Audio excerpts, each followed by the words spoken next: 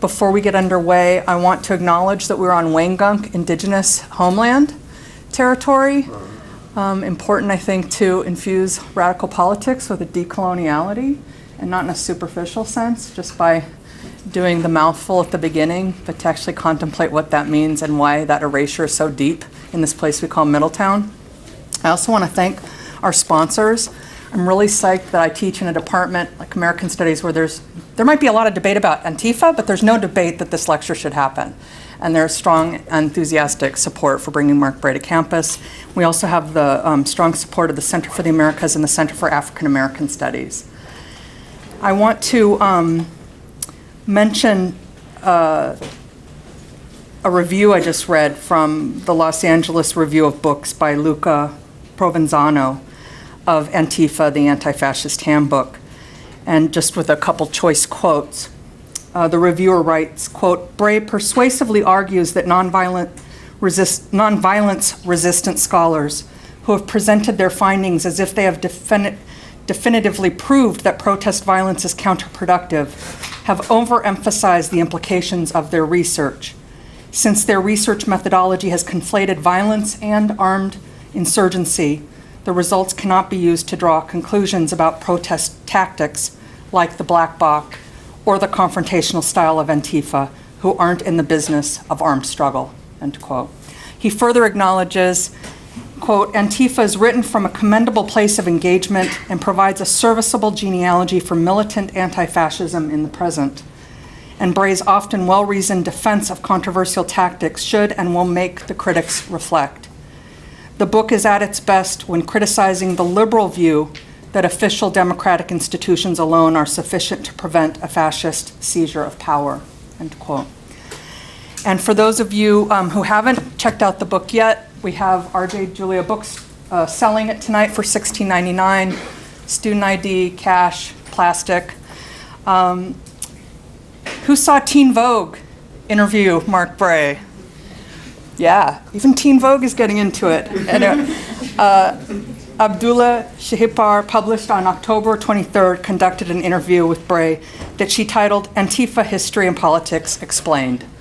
And I read it as a supportive view or perspective on the work and on the tactic.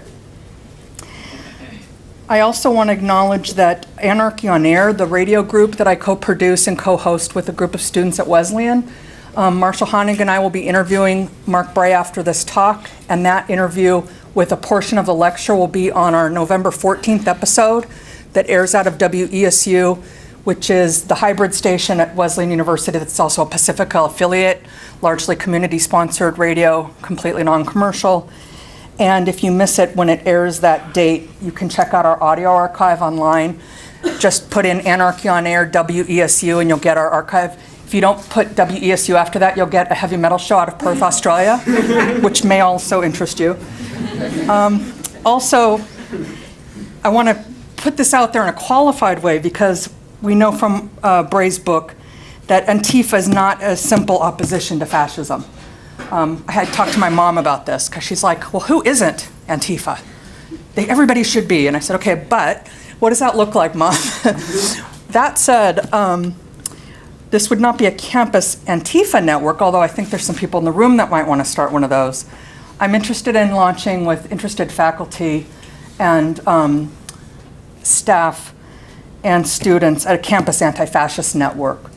Some of you may know that some of the leading activists in the country that have been at the forefront and taking severe hits for doing boycott, divestment, sanctions work focused on Israeli war crimes have launched the campus anti-fascist network across North America. And I think we need one at Wesleyan. So hope people can connect at some point after this talk if you're interested in that. And now I will introduce Mark Bray. He is an historian of human rights, terrorism, and political radicalism in modern Europe, who is one of the organizers of Occupy Wall Street. He is the author of the book you'll hear about tonight, Antifa, the Anti-Fascist Handbook, as well as a book titled Translating Anarchy, the Anarchism of Occupy Wall Street. His work has appeared in the Washington Post, Foreign Policy, Critical Quarterly, Roar magazine, and numerous edited volumes. As some of you know, he is currently a lecturer at Dartmouth College, where he's also taken a lot of hits, and I'd like to see sustained support for you in that. The way the Dartmouth president has been spewing is really upsetting. But also, he was Wesleyan class of 2005. So it's great to have you back for that as well. Although I can't say he was in American Studies or Anthropology, which I'm a professor in both.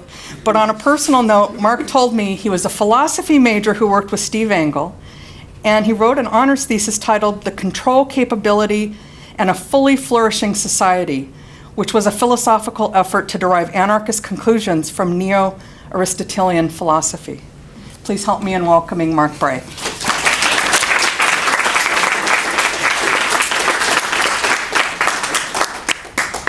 Hello, everyone. Thanks for coming out. Thank you, Kehaulani, for organizing this. Thank you to all the sponsors. Yes, it's great to be back at Wesleyan. Wesleyan was really where I got my intellectual and political foundation back. I was class of 05, so back from 2001 onward, it really was an incredibly engaged, radical campus. I don't know how it is today, but you can tell me if you think that applies today. So what I'm going to do today is talk about the book that I wrote, talk about the history and politics of anti-fascism over the past century, and then at the end we can open it up for some questions and conversations. So the impetus of this book was the current state of affairs post-Trump. I went down to protest Trump on January 20th and 21st in Washington, D.C. with millions of other people. And this book really came out of reflecting on how we can push back against efforts to make racism great again, to make sexism great again. And so in that sense, this is a book that was written, researched, and put together in a relatively short period of time for a professional historian in the interest of having the insights of anti-fascist past and present available in this current circumstance and to explain what this is all about. So I call it a history, politics, and theory on the run. The book was based mainly off of interviews with 61 current and former anti-fascists from 17 different countries in Europe and North America. That's especially important because really, other than Great Britain, most of North American and European anti-fascism after World War II is not very well written about, not very well documented. And so, again, the purpose is to foreground the perspectives of people who have done this organizing so that people today who are trying to resist have a broader historical and geographical scope. Of course, the anti-fascist struggle is global. So in that sense, my focus on Europe and North America was simply an effort to confine the focus of the book to something manageable in a relatively short period of time. And also, I'm a European historian, so I had context there. Part of the reason why books like this haven't been written in the past is because a lot of anti-fascists are reluctant to speak to journalists and academics about what they do. They're concerned about being identified by law enforcement, identified by the far right. And so I often say that if I were them, I wouldn't have talked to me either. But fortunately, enough of them did, so I managed to get the interviews. The book focuses on one specific tendency within the anti-fascist tradition. In English and Italian, it's referred to as militant anti-fascism. In French, they call it radical anti-fascism. And in German, it's called autonomous anti-fascism.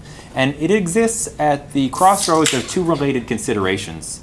The first is that it's a pan-radical left politics. It incorporates all sorts of socialists and anarchists and communists and other leftists who, at least for the time being, put aside everything that usually divides them in the interest of combating the common enemy. The other consideration is that it's a strategy and tactics of direct action. Militant anti-fascists argue against turning to the state or the police or legislation or the courts to stop the far right. And we'll get into why that is. So it's a pan-radical politics of direct action. It's an illiberal social revolutionary anti-capitalist politics as well. So it's not only about stopping the far right, it's also about projecting a certain vision of how social change ought to occur. The other clarification that I think is important to make is that it's important on the one hand to define this specific militant anti-fascist tradition because as we've seen in the press, there's a lot of confusion, right? And historians sometimes tend to talk about anti-fascism as if everyone who opposes fascism is an anti-fascist, which in a certain sense is true, but even during the 40s, there were actually fascists fighting against fascists. So, you take a step back from that. But definitions can also be limiting. So to go back to the start of the presentation in terms of talking about this as colonized land, I think that we can think of what Ami Césaire said about Nazism as European imperialism, colonialism, and genocide brought home to the European continent. And so if we take that as a starting point and think of fascism as one specific variant of a broader global tendency towards death and destruction, then I think you can think of anti-fascism explicitly described as such as one small little sliver of resistance to white supremacy and domination that goes back to 1492, goes back to the first slave ships, and goes beyond. So in that way, I think my focus of my book is on those who have identified with the term anti-fascism, but if we have a much more global scope of it, it can be viewed much more widely. So that's important to clarify as well. So let's go through the history a little bit. Certainly in an official sense, you can start with fascism with Mussolini after World War I. Other scholars, though, have pointed to perhaps the KKK as being the first proto-fascist group. In that sense, Klan resistance could be considered a kind of anti-fascism, of course. Others have pointed to the anti-Semitic leagues that formed during the Dreyfus Affair in France, the Action Française and others, as proto-fascist formations. And even in that context, there was the Coalition Révolutionnaire formed by anarchists and extra-parliamentary socialists who confronted these anti-Semites in the streets and shut down their meetings and defended Dreyfusards, the defenders of the wrongfully accused Jewish Captain Dreyfus as they attended court. So you can trace it farther back, but if you start with Italy, you can look to the Arditi del Popolo as the first kind of anti-fascist militia that formed in Italy to fight back against Mussolini's black shirts pictured there.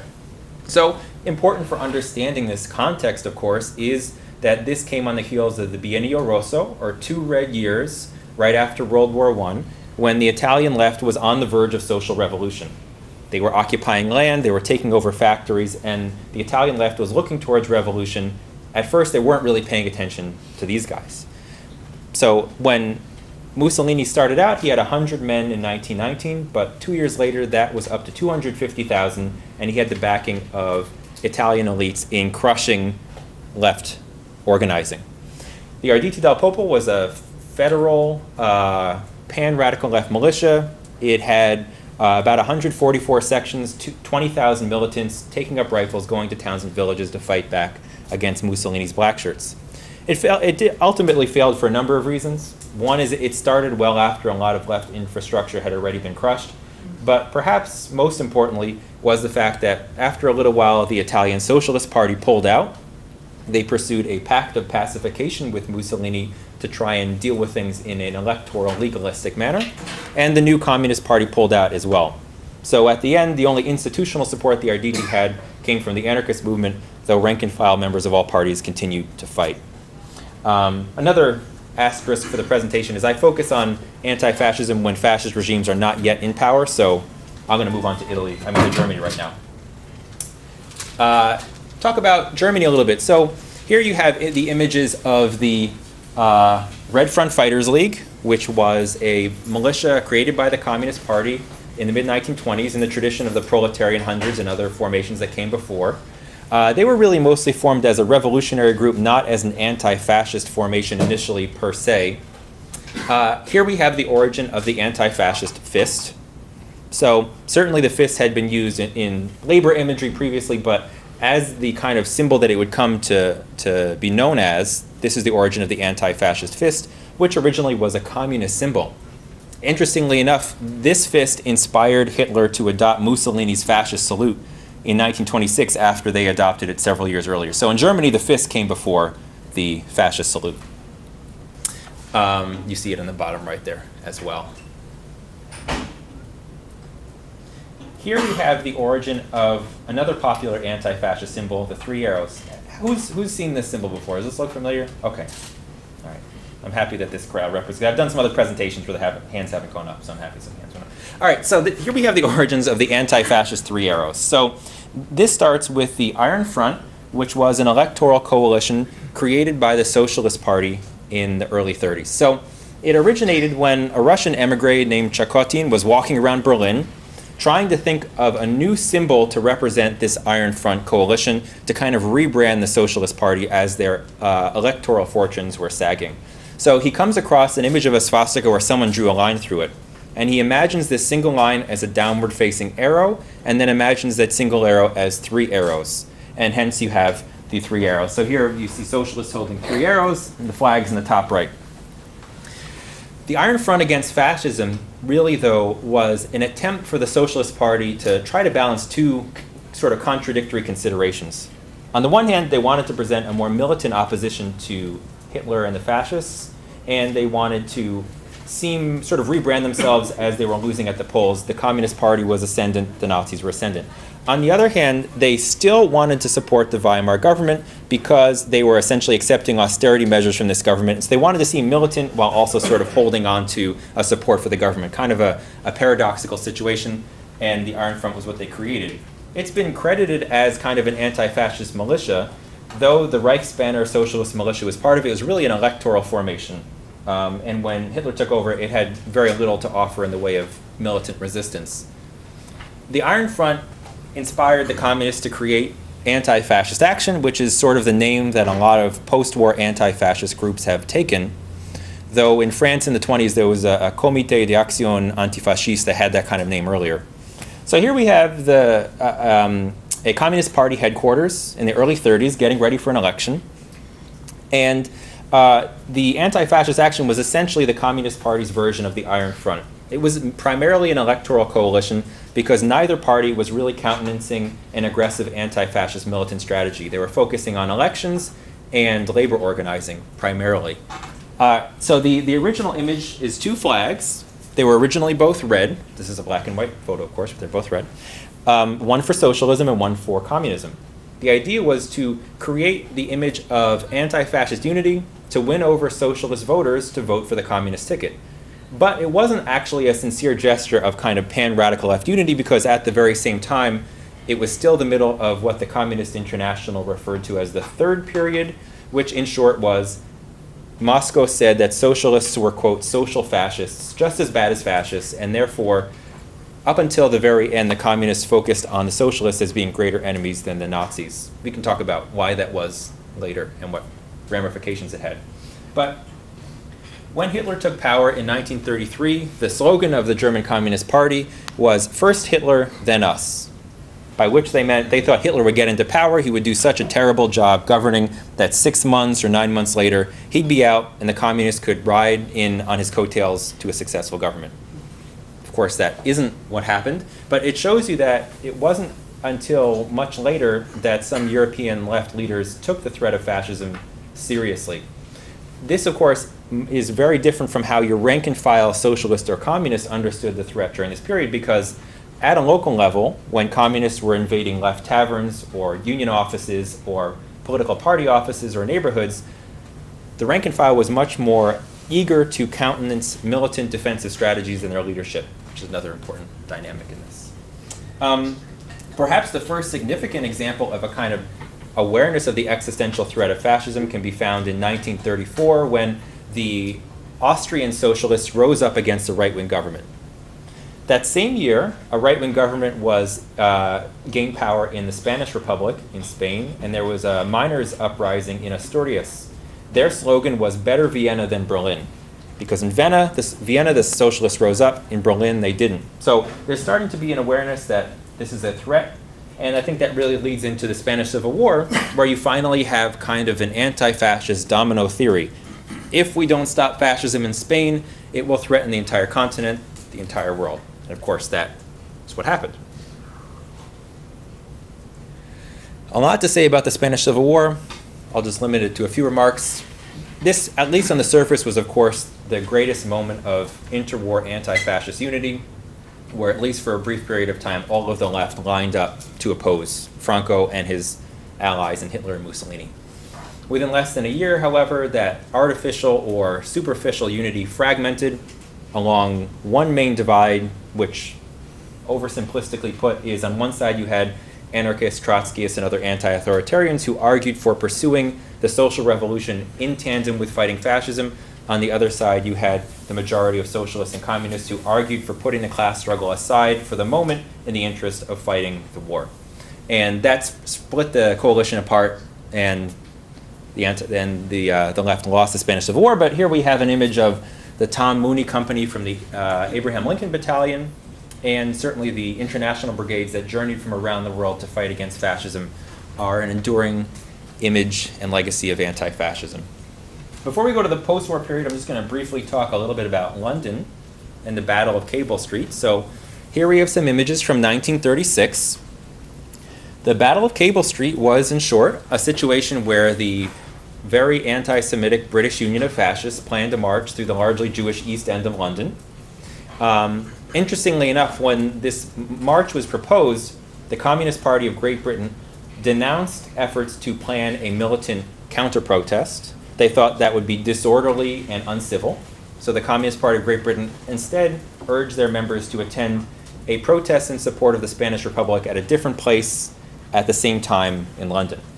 Their rank and file complained, especially their Jewish members, and so the party reversed course, but it shows you that the debate over should we ignore them, should we confront them, goes far back. What ends up happening is you have over 100,000 anti-fascists, Jews, immigrants, and other people block the march route. The 6,000 fascists that show up can't even take a few steps. The police shut down the event, and the battle that occurs is really between the anti-fascists and the police. After the event, if you read the British newspapers the next day, Oswald Mosley and his fascists complained that this anti-fascist demonstration impeded their, quote, free speech. So that argument goes back 100 years and has been used by fascists under different circumstances. So when we understand the post-war period, I think it's important to see how post-war militant anti-fascism drew on some of the interwar history to organize their strategy and tactics. So in the book, I have a chapter, 5 Lessons from History for Anti-Fascists, and I'll just talk about a couple of them. One of them is, I already kind of alluded to. Oops, foreshadowing. Mussolini started out with 100. When Hitler attended his first meeting of the German Workers' Party before the name changed to the Nazi Party, the party had 54 members.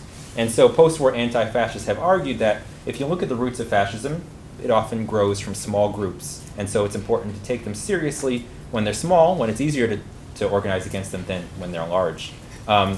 More recently, we can see that similar events have happened in Greece, where the fascist Golden Dawn was a micro-party for decades before becoming the 3rd largest party in Greece after the 2008 financial crisis. So it can happen. And my conversations with Greek anti-fascists after 2008, where they were kicking themselves for not taking it more seriously earlier, made it very clear to me that this lesson still applies.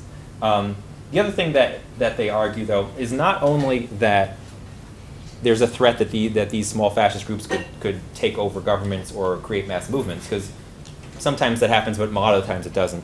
The other argument that post-war anti-fascists have made is that even in small doses, this can be very dangerous. We can even see, just to talk about current events, over the weekend there was a White Lives Matter demonstration in Tennessee, and an interracial couple was assaulted later that evening by white supremacists who had attended. When Richard Spencer spoke at the University of Florida, neo-Nazis opened fire with firearms on counter-demonstrators. There's Heather Heyer in Charlottesville. The list goes on and on. So even in small doses, it's a dangerous situation and ought to be taken seriously. The other argument they made is that, or I made, that people should take into account, I'm sure someone else has made it, but I don't know for sure, is that to some extent, part of the reason why a lot of anti-fascist leadership in the 20s and 30s didn't take it seriously enough is they sort of assumed that fascism was just another wrinkle on traditional conservative right-wing politics that they had seen throughout the 19th century. So if you read some writers in the 20s, they sometimes compare the fascists to the white guards in Russia, to the black and tans in the British Isles. And so in that way, they didn't realize that fascism and Nazism represented an existential threat. They thought it was essentially the kind of back and forth pendulum of revolution and reaction that they had seen, the repression of the Paris Commune, the repression of the 1905 Russian Revolution, and so forth, but this represented something different. For that reason, I think it's important to always assess changes in far-right politics and never assume it's monolithic and never changing. The other thing they concluded is that the liberal prescription for stopping the far right didn't work. So what does that entail? I think it entails three main things. The first is faith in reasoned dialogue to stop fascist ideas, faith in the police to stop fascists when they do something illegal, and faith in parliamentary government to stop the creation of a fascist regime. But in important situations, those three failed. We can see that plenty of arguments were made against fascism and Nazism in the interwar period that didn't successfully stop them. We can see that when you try to argue with people who reject the terms of debate, who reject rationality, who reject the humanity of many of the people making the argument, then more needs to be done than talking. Likewise, the police were among those most sympathetic to the quote-unquote return to law and order promise of fascism. More recently, we can see that in France with the Front National and in Greece with the Golden Dawn, the police voted for these far-right parties in greater percentages than the general population. And of course, there are all sorts of other reasons to be skeptical of an institution that has roots in a white supremacist history. And then in terms of parliamentary government, I think there's this kind of lazy assumption that liberal democracy is the antithesis of fascism without seeing how Mussolini and Hitler were both appointed. They attained power largely legally, and when Hitler centralized power with the Enabling Act, that was approved by Parliament. And so it shows that in a lot of cases, liberal democracies have clauses on the books that allow for the centralization of power in times of crisis. And so certainly, if you want to look at it from kind of an anti-capitalist perspective, the times when this was used was when the ruling class felt sufficiently threatened by the left to turn to extra normal methods, but yet methods that were still part of the Constitution or the parliamentary process. So for that reason, anti-fascist revolutionaries are skeptical of allowing legality to stop fascism when fascism rose legally. So with those things in mind, let's jump to the post-war period. So Britain's an interesting case to look at because more than other European countries, there's a real continuity in the anti-fascist struggle. Right after World War II, the governments that emerged out of the ashes of the war in both the East and West in Europe fashioned themselves as officially anti-fascist institutions. It's true in Italy, France, Germany. Even the original name of the Berlin Wall was the Anti-Fascist Defensive Barrier, because the Soviet satellites argued that the West was not really denazified and therefore still fascist, but that's another conversation. So they established themselves as officially anti-fascist institutions, and so their solution for stopping the rise of the far right was to make it illegal. So it was in Italy or Germany to create another fascist or Nazi party in the post-war period was against the law. This was also the period of the height of the electoral success of European communist parties. Never had they done as well as in the late 40s, never have they done as well subsequently, because they gained a lot of popularity and support from fighting fascism. And so the argument put forward by most continental European socialist and communist parties was, let's use legislation, let's use the state to make the far right illegal. This was very different in Britain, though, where the sort of tradition of political civil liberties was more broad and less restricted. So basically, right when the war ended, the fascists who were organizing this demonstration came right back out of their holes and started organizing a campaign against Jews again. They attempted to burn down synagogues, they put up posters, war on the Jews, started all over again. And that led to the creation of the 43 Group, which was composed of Jewish, British veterans from World War II who came home from the war only to find that in their eyes they had to fight another war. Moving into the 50s and 60s, the target of the far right shifted from trying to attack Jews to focusing a lot more on new waves of migration from the Caribbean and South Asia. So the National Front, which was a fascist party, organized a Keep Britain White campaign that culminated in a march through a Caribbean neighborhood. It was called an anti-mugging march, so you can see the politics of that. And that created or led to the Battle of Lewisham in 1977, which was sort of a sequel to the Battle of Cable Street, where the local Caribbean community, anti-fascists, feminists, leftists, you name it, came up and physically blocked the National Front and successfully prevented them from trying to intimidate this community in the future. It's also important to note the kind of cultural dynamic, because here, of course, you have the rise of punk, and as this kind of music was getting going, the National Front and other fascists tried to infiltrate skinhead culture to create a neo-Nazi skinhead wave.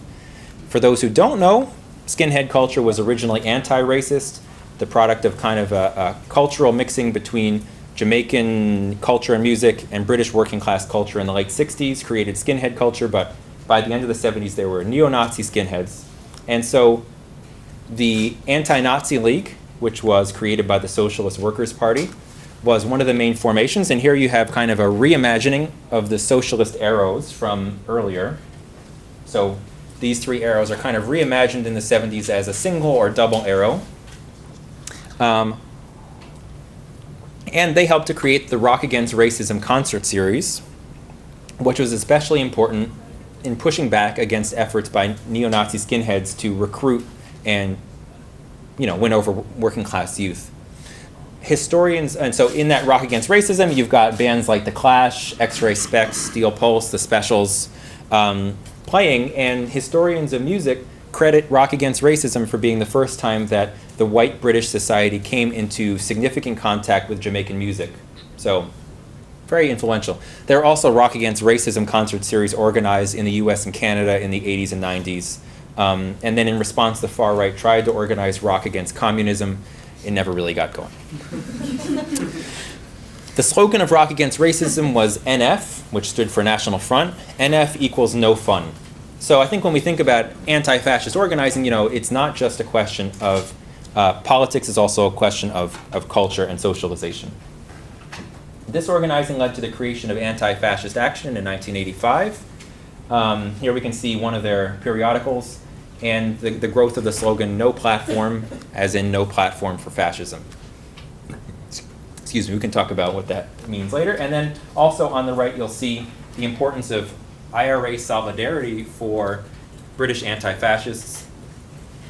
A main reason for this is that the British fascists were really into Ulster loyalism, and so Irish republicanism was identified with the anti-fascist cause. The two main kind of threads, though, I think to understand in post-war European anti-fascism are the British thread and then also the German thread.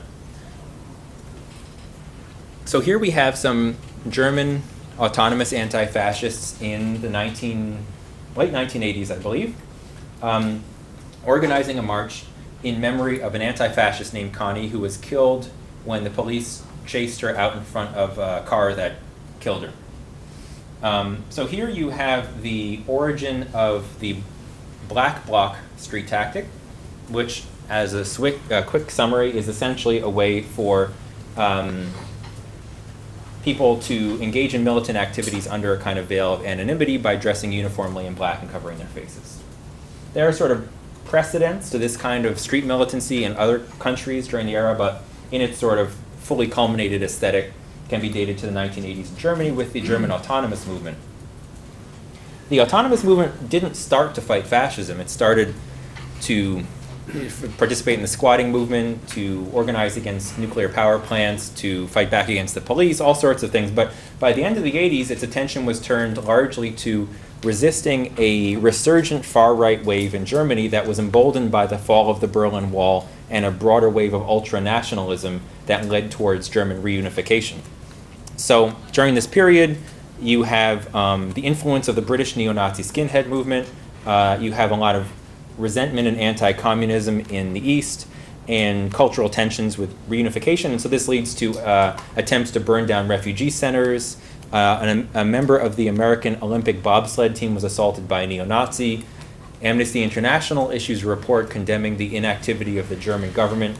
So really these neo-Nazis were allowed to run roughshod over German society, and the autonomous anti-fascists were among the main street presence to organize against them.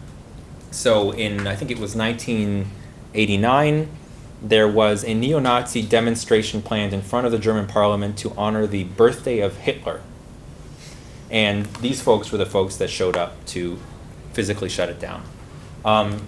some of the early German Antifa groups, and the use of the term Antifa really, I think, derives from the German case, because in Britain, more often in the 80s and 90s, it was referred to as AFA, for Anti-Fascist Action.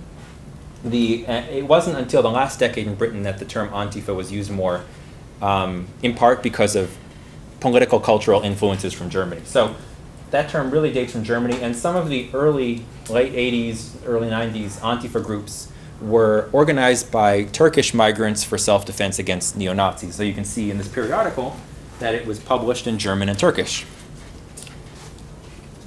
Here also we have a reimagining of the anti-fascist flags. So in the top right you have the flags from the early 30s, which were both red. And the first example I could find of a black flag included is from December 1987, to show the influence of anarchism in the anti-fascist movement. Also, what's interesting, at least for me, probably only for a handful of you, but I'm going to go on nevertheless, is the orientation of the flag is from left to right, still as it was in the 30s, but within a couple of years it's turned the other way around. I was wondering why this was. Someone at one of my presentations came up and gave me his theory, which I think is interesting. I have no idea if this is true, but he said, he's sort of like a flag expert, he said, and he said that generally speaking, flags, official flags, are flown this way, like from left to right, if you think of official flags. And so he surmised that possibly the decision to reverse it was sort of an anti-flag flag. I have no reason to believe that that's true, but it sounds good, so I'm putting it out there and you can think about it. Let's go over to North America for a minute. So once again, as I clarified in the outset, if we think of anti-fascism broadly, then the peoples of the Americas are no strangers to fighting back against white supremacy, and it's important to kind of provincialize this specific historical tradition within the larger legacy. We can think of anti-fascism in terms of Klan resistance, the Black Panthers organized against what they considered to be fascist pigs taking over their neighborhoods. So you can think of it broadly, but if we want to focus on the specific legacy of this militant anti-fascist tradition in North America, we can turn to Anti-Racist Action, which was organized in the late 80s by anti-racist skinheads from Minneapolis who were trying to fight back against a white power incursion into their skinhead scene. By the mid-90s, it had hundreds of chapters, thousands of members across the US, Canada, and a little in Latin America. And they did a wide variety of activities. Here we have an image from their first newsletter back in, I imagine, probably 88 or so. And here you can sort of see how they laid out some kind of basic action-oriented tasks. By the 90s, however, their sort of points of unity broadened. They had 4 points of unity. We go where they go, which was essentially an argument for having an oppositional voice whenever the far right mobilizes. Non-sectarian protection of all anti-fascists. So once again, militant anti-fascism is about looking beyond political divides to work together. We don't turn to the police or the state or the courts to stop the far right. Then there was a little clause saying sometimes we go to court, but that's not the solution to the problem, et cetera, et cetera, et cetera. So, because sometimes there will be cases where they have to defend themselves. But anyway, it's a militant anti-fascist tradition. And the last one was defense of reproductive rights. So you can see that even in this case, Anti-Racist Action had a broad understanding, and they organized against what they considered to be Christian fascists who targeted abortion clinics and reproductive rights and so forth. They also would sometimes go into schools to speak to young people, did popular education, and had a wide variety of activities, Palestine solidarity campaigns in some cases. So the Anti-Racist Action Network kind of peaked in the 90s into the early 2000s. It declined by the late 2000s, and that's when you see sort of the kind of organizing wave that has led to the current Antifa movement today. The oldest currently existing group is Rose City Antifa in Portland, Oregon, created in 2007. And there you see the start of the use of the Antifa label and aesthetics and symbols. So recently I was looking through all these old Anti-Racist Action newspapers and newsletters from the 90s. What was conspicuously absent in just about all of them were these flags and these arrows. Nowhere to be found, right? So it's more of a recent European symbolism that has brought these things over the last decade. And that's also true to some extent in the British case, because in the 80s and 90s, the British image was the red triangle from the Holocaust, sort of reclaiming a socialist anti-fascism through that symbol. And these are more of German origin, though the arrows were used by European socialist parties. Anyway, I'm really into symbols. Discard that if you're not interested. I'm going to say a few more things, and then we'll open it up for conversation. So in understanding what anti-fascism is and means, I came upon a cheesy metaphor that, despite being cheesy, I think is useful. I think to some extent we can think of anti-fascism as an accordion that can be expanded or contracted depending on what note you're trying to play. What I mean by that is, when I try to explain what I mean by that, I think of a conversation I had with a Madrid anti-fascist named Daniel, and he explained that in his perspective, there are two faces of anti-fascism. And he said it's important that we never forget either face. The first face is that which tries to short-circuit the organizing of the far right, prevent them from holding demonstrations, from embedding themselves in communities, disseminating their message. The other face is that which tries to inoculate society against the messages of the far right, so that when there's an economic depression, people turn to their coworkers and neighbors rather than blaming immigrants. So that basically anti-fascism doesn't have to be a specialty activity, it's common sense. We don't let that happen in our community neighborhood world. So in that way, I think if you look at the anti-fascist neighborhood assemblies organized in Spain and France, where they frequently are organized by anti-fascist militants who have their own affinity groups, but also include unionists and community organizers and residents, and ways that sort of the bridge between mass mobilization and political militancy are bridged, then I think that you can see anti-fascism not just as stopping the far right, but as police abolition work, as anti-gentrification work, thinking about all these intersections. It can be sort of a broad or a narrow framework depending on how you see it. So in that sense, I think the Italian slogan, "Siamo tutti antifascisti," that we're all anti-fascist, is really important because we all have an investment in fighting back against this.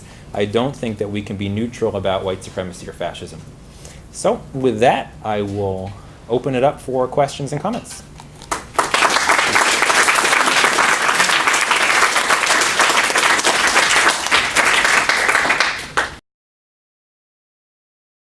I remember when Occupy started, there was a news report about the march across the Brooklyn Bridge in September 2011 that said everything was peaceful with Occupy Wall Street until they blocked the bridge, right? So the assumption there is that blocking traffic is nonviolent. But, through Occupy, through Black Lives Matter, through so many other protest movements, the kind of center of gravity has shifted. Now, this distinction is not between standing on the sidewalk with a sign and blocking the street. It's between blocking the street and being physically confrontational. The center of gravity has shifted, so now if you have a march and you block traffic, that's almost kind of, cute compared to what the other kind of political considerations are. The same thing with even, I think to some extent, with property destruction. We can see that, or I can see, in a lot of the interviews that I've gotten about the Berkeley action to shut down Milo Yiannopoulos in February, more often than not, the question is property destruction effective?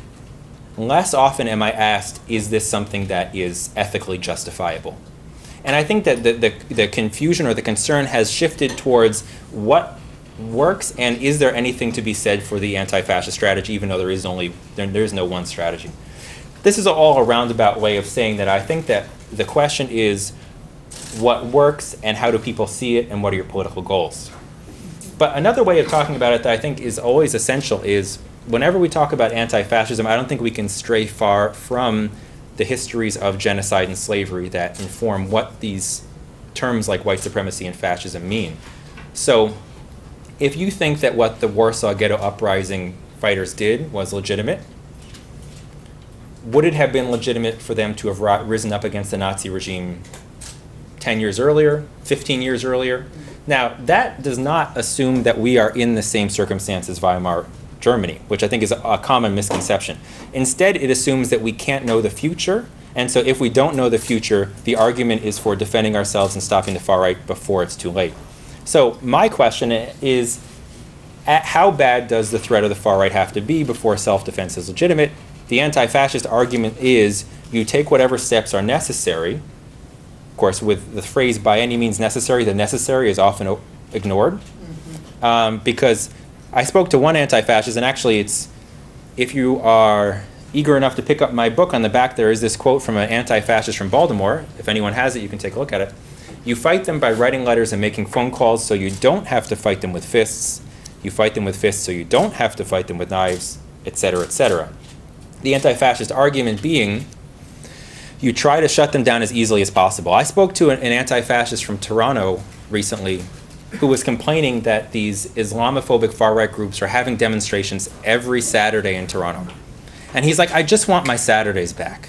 Why do they have to keep doing this? And so the kind of argument that this kind of politics is kind of an adventurous lust for violence misses the reality of the fact that it's, generally speaking, a politics of proportion that tries to stop the threat before another civil war, but is always very contextual. So much more could be said. I'll leave it at that for that question. Thank you. Yeah?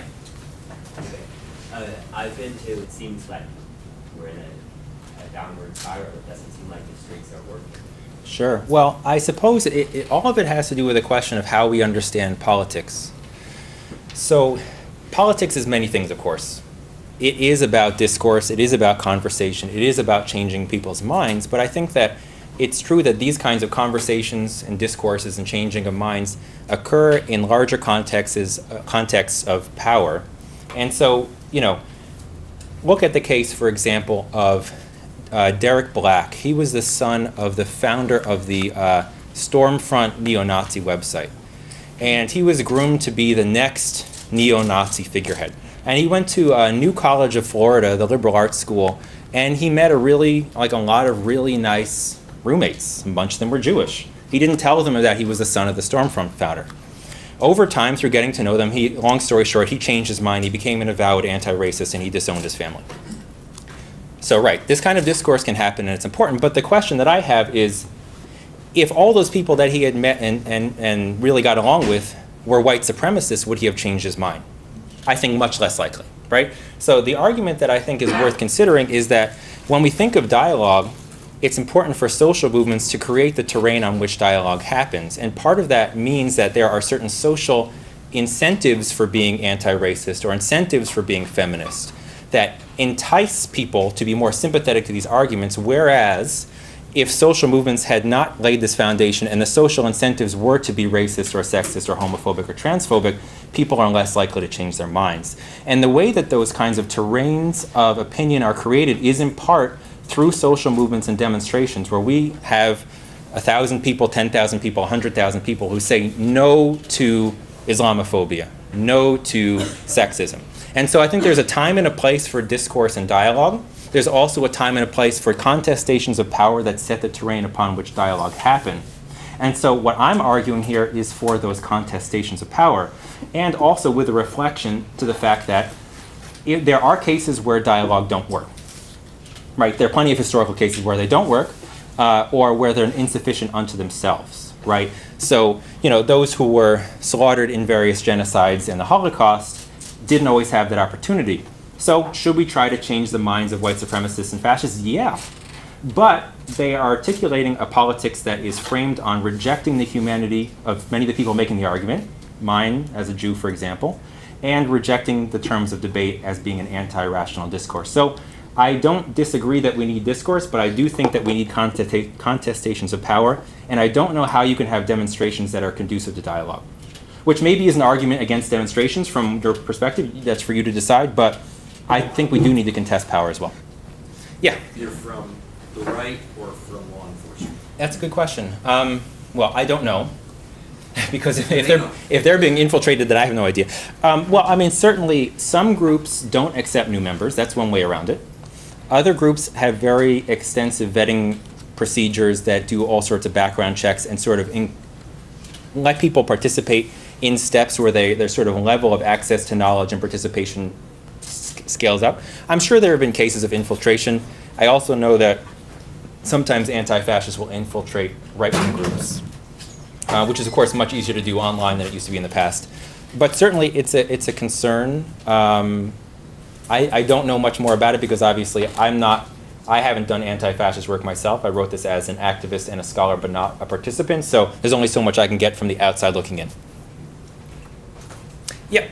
I lived in Seattle in the early 1990s, and skinheads were constantly trying to infiltrate the punk scene. An Ethiopian immigrant was killed, murdered in Portland by skinheads when I was there. People were getting beat up and raped all the time. This is what happens. Also, there's people like Robert J. Matthews, who was a right-wing fascist terrorist. Who had something called the Silent Brotherhood in the early 1990s. They assassinated a talk show host, Alan Berg in Denver. Yeah. So when these groups historically organize, especially in the United States where we have a lot of guns and a culture that lends itself to that, there is a history of people getting killed. They don't have to seize political power. And I wonder if you could speak to the fact that that is constantly ignored in the media accounts of anti-fascist organizing. I mean, to my mind, anti-fascist organizing is the same as breaking up a ring of people who are organizing how to smuggle drugs and kill people.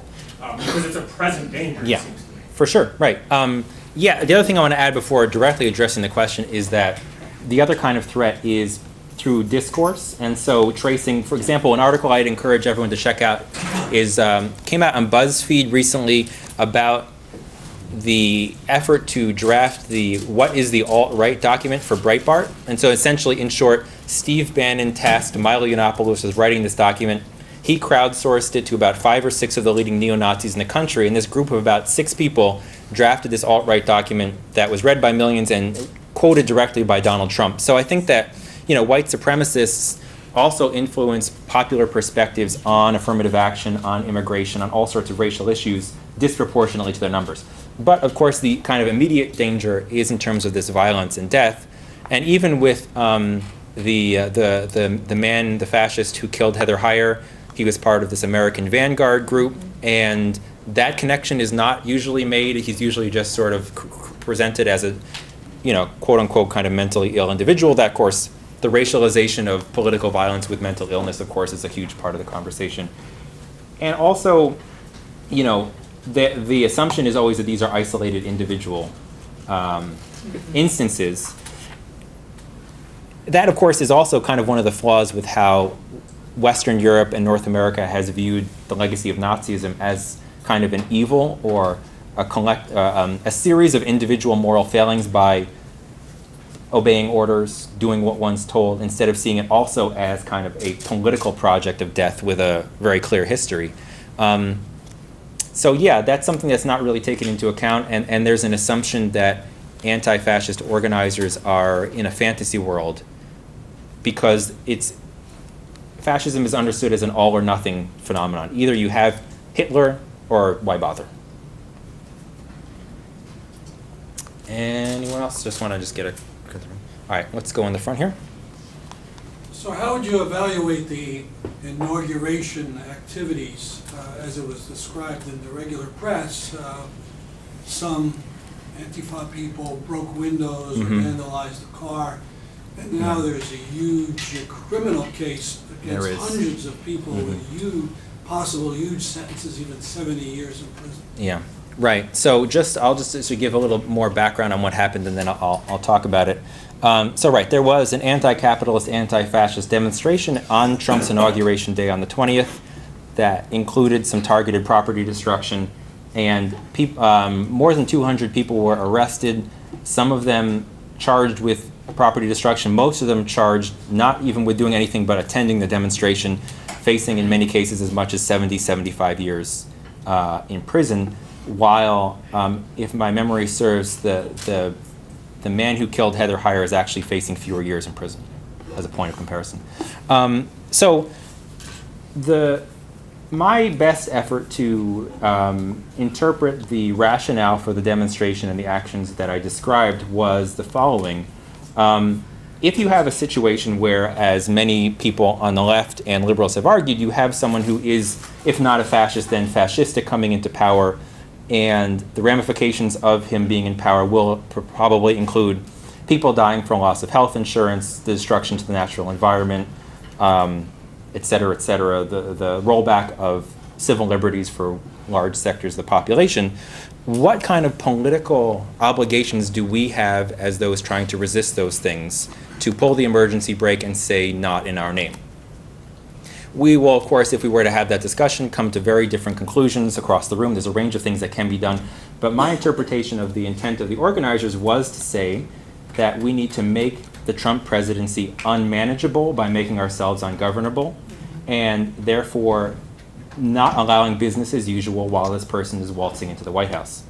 You know, ultimately, whether or not you're sympathetic to that rationale will have a lot to do with what your politics are, with whether you have faith in the checks and balances of American government to yield decent results. But if you're skeptical of that, then maybe there are times when stepping out of the bounds of legality might be a useful political tactic. Success and failure of the Antifa movement in the United States over the last several years. Yeah, that's a great question, and I do agree that those blockades were great. Another interesting point before I get to that directly is in the kind of debates over what tactics are legitimate or illegitimate, what is violence, nonviolence, some writers have sort of juxtaposed these two examples as an example of successful nonviolent protest versus, as these critics phrase it, unsuccessful violent protest. But I'm not so sure that most Americans would agree that these blockades were nonviolent, right? So I think that there are certain assumptions in left circles as to what is violent and nonviolent that don't necessarily translate. Anyway, in terms of what have been the successes and failures, that's a really good question. And I'm actually sort of struggling to think of good answers for either of them. But I'd say in terms of successes, I'll just sort of go with what comes to mind. Promoting the notion that we should be organizing against these people, I think, is a good start. And even in having conversations with people who very much disagree with what anti-fascists do, pushing the notion, okay, you disagree, but at least do something, because the sort of generic alternative was to do nothing. And I think that that's not an answer to anything. In terms of failures, well, I mean, to some extent, the organizing started maybe arguably too late. So a lot of the groups that I spoke with organized in 2015, 2016, 2017. The groups that have existed since 2010 or 2011 are few. And so to some extent, the development of the alt-right and their ability to influence the halls of power has sort of been, the response of the left has been kind of delayed on that. So I'd say that's part of it. And that's unfortunately kind of the trend, is that people turn to this kind of organizing when it's clearly a problem, not as a preventative. So those are some thoughts. Yeah. I've got two things I want to ask about that are somewhat related. In the book, you address the charge that to shut down Nazis is to be a Nazi. And I wondered if you could speak to that for the audience. And then also the self-defense piece that you stress so much throughout the text in terms of Antifa being a self-defense mobilization. And when I was reading that, just thinking about how the reporting around Milo Yiannopoulos, the sources that said he had planned at Berkeley to out undocumented students. Yeah. And that was the trigger to have Antifa shut down the talk, and that has dropped out of so much of the coverage that I've seen. And so I wonder if you can maybe just kind of say a little bit more about that, but address this kind of charge. And also that concern came from Berkeley University officials. That wasn't like a speculation. That was documented from official sources. And not long before that, Milo had incited harassment towards a transgender student at University of Wisconsin-Milwaukee. So that's not a supposition. Now, the question that comes up a lot is a common right-wing talking point that if you know platform... Or liberal talking point. Right, Sorry, it generates from the right, but then becomes almost common sense.